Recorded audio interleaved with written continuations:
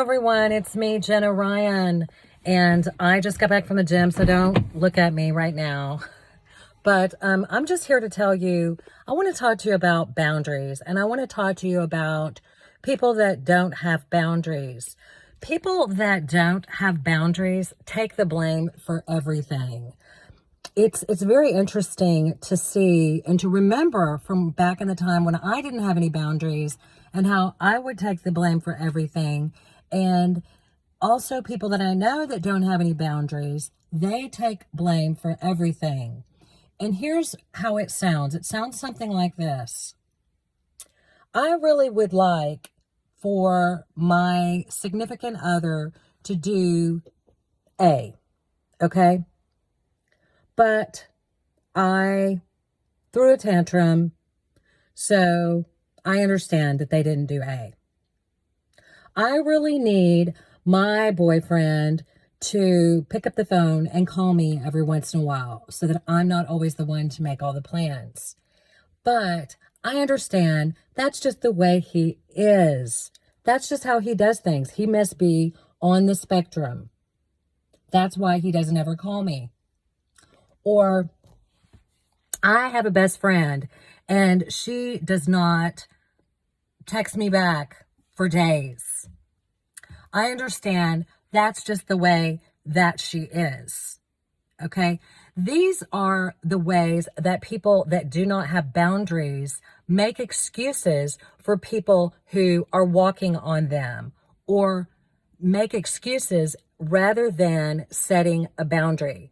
Because the idea of setting a boundary is so intimidating and so foreign that people learned, wherever they learned it, to take the blame and somehow turn it around and blame themselves. So people without boundaries blame themselves for everything that goes on instead of stopping and asserting themselves, understanding that there is a boundary that is being violated, or a boundary that needs to be set, or a need that you have that you need to assert this need so that you can get it met, your minimum standards of respect and dignity. You need this need to be met, but rather than setting the boundary and risking potentially losing the relationship, because that's what a boundary means, is that if you go past this line, I'm out of here, basically, at the end of the day. I mean, that's what it ends up being. If the person does not wish to accept the fact that you have feelings and that you have needs, and that, and not want to work things out and not want to see you as an individual, then ultimately you have to walk out the door. And people are so codependent or so afraid of abandonment that what they do is they allow people to do things to them without setting boundaries. And rather than blaming the person that's doing the thing wrong, they will take the blame themselves and make excuses for the person, because it's easier to blame themselves than it is to just go ahead and blame the other person. And sometimes the person doesn't even know they're doing something wrong, but only if you let them know will they know.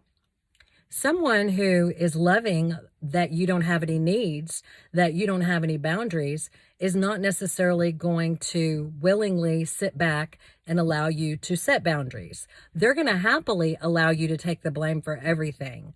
That's going to suit their needs fine. However, as a person, you're responsible for setting your own boundaries and taking care of your own needs and making sure that your own needs are met. And that means that people around you are doing things that are respectful towards you and that you feel respected in every way at all times.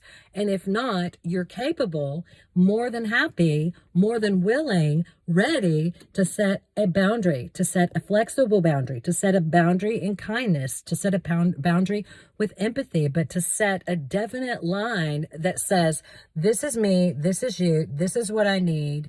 And anything less than this is below my standards, and I'm going to have to walk away from this relationship or situation.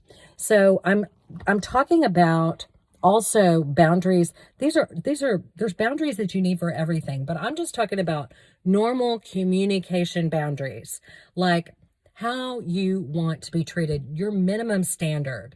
So, I have a lot of people in my life that ask me questions about, how much can they expect from another person? How much can you expect another person to meet your communication needs?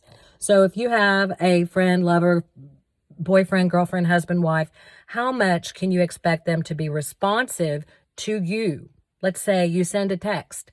Can you expect them? Do you have a right to expect them to text you back in a timely manner? Well, the answer to that is you get to decide what makes you feel good and what makes you feel uncomfortable. If something makes you feel uncomfortable, then you have every right under the world to set a boundary and say, look, I like to be responded to in a timely manner. I understand that you have things going on. However, this is my boundary. You don't have to say the word boundary, but this is just what I need. Are you able to do that for me?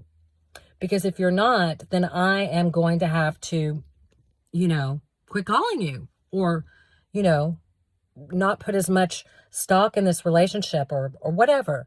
You have to set some sort of boundary with some sort of cause and effect, something that is going to happen if they don't abide by your boundary. Then you're going to not call them anymore. Then you're going to do whatever.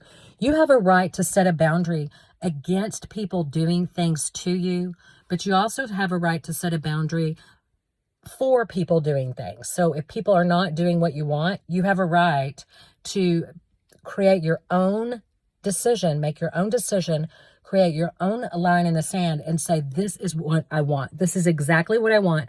And anything less than this is not going to work. But someone who doesn't have good boundaries, someone who wasn't taught how to have boundaries, they're going to tend to take the blame. And they're going to tend to not realize what they deserve. And they're going to not know, do I have a right to be upset?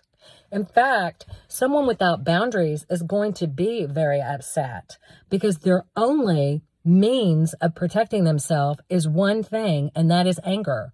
Because when you are violated, when your rights are violated, when you don't set your own boundaries, then you're going to be left with anger.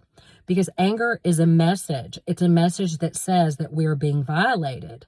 And you cannot get away from anger, no matter how much you take the blame, no matter how much you don't want to set a boundary, no matter how much you say you do not mind this person treating you in a way which you don't like. At the end of the day, if you don't stand up for yourself and set a boundary, then you're going to be angry and you're going to walk around angry.